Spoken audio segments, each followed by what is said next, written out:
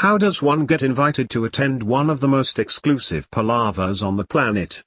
Well, if it's the annual Jackson Hole Economic Summit sponsored by the Federal Reserve System, it's virtually a prerequisite that one belong to that elite fraternity of beings known as central bankers. Or a pointy-headed professor with a certified globalist bent. Or, it seems, a loud-mouthed, obnoxious street radical with a Marxist-Leninist social justice, economic democracy bent. So, if you're a screaming activist with the Center for Popular Democracy, apparently, you have an open door, a welcoming hand, and a place at the table with the Jackson Hole uber elite. Federal Reserve officials sought to reassure a group of labor activists that the central bank isn't going to cool down the economy just as a stronger labor market is reaching a broader swath of Americans, reported the Wall Street Journal on August 26. Here is an excerpt from the Journal's report. We're going to run the economy hot, get the unemployment rate down lower, San Francisco Federal Reserve Bank President John Williams said at an unprecedented meeting with activists from the campaign, Sick for Popular Democracy's Fed Up campaign.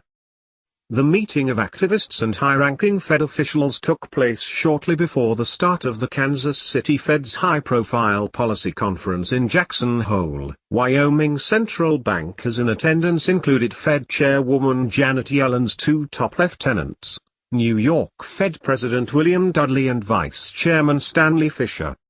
The left-leaning activist group Fed Up publicly met with 8 Federal Reserve presidents Thursday to discuss inequality and interest rates during the central bank's annual meeting in Jackson Hole, Wyoming. Serious, responsible critics of the Fed of a conservative, libertarian bent would never receive similar cordial treatment, of course.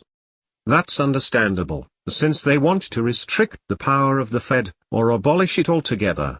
The left-wing activists, on the other hand, want to expand the power of the Fed, and to use those expanded powers to further socialize our economy and society. That is surprising to many people, but it shouldn't be. It's completely in line with Karl Marx's handbook.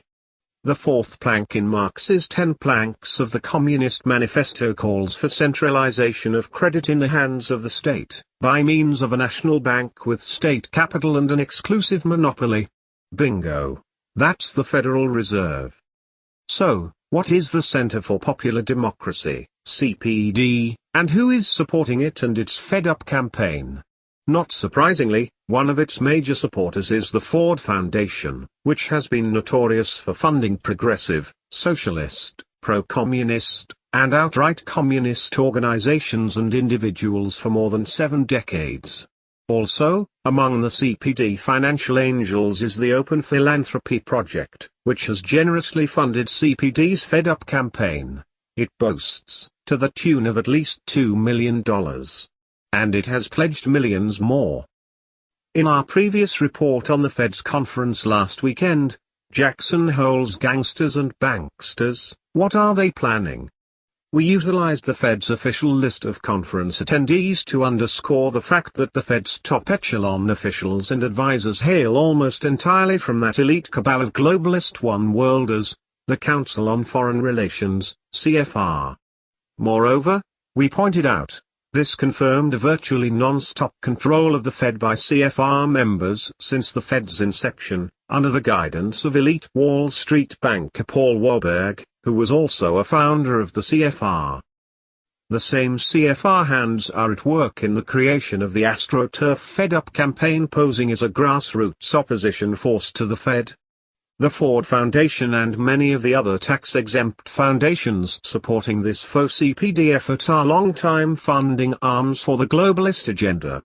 Ditto for many of the other controlled opposition groups that CPD, Fed Up list as their partners. Here is a partial list of those CPD partners, most of which would scarcely exist, if not for the activist cash they regularly receive from their globalist paymasters they pretend to oppose. Arkansas Community Organization. Living United for Change in Arizona.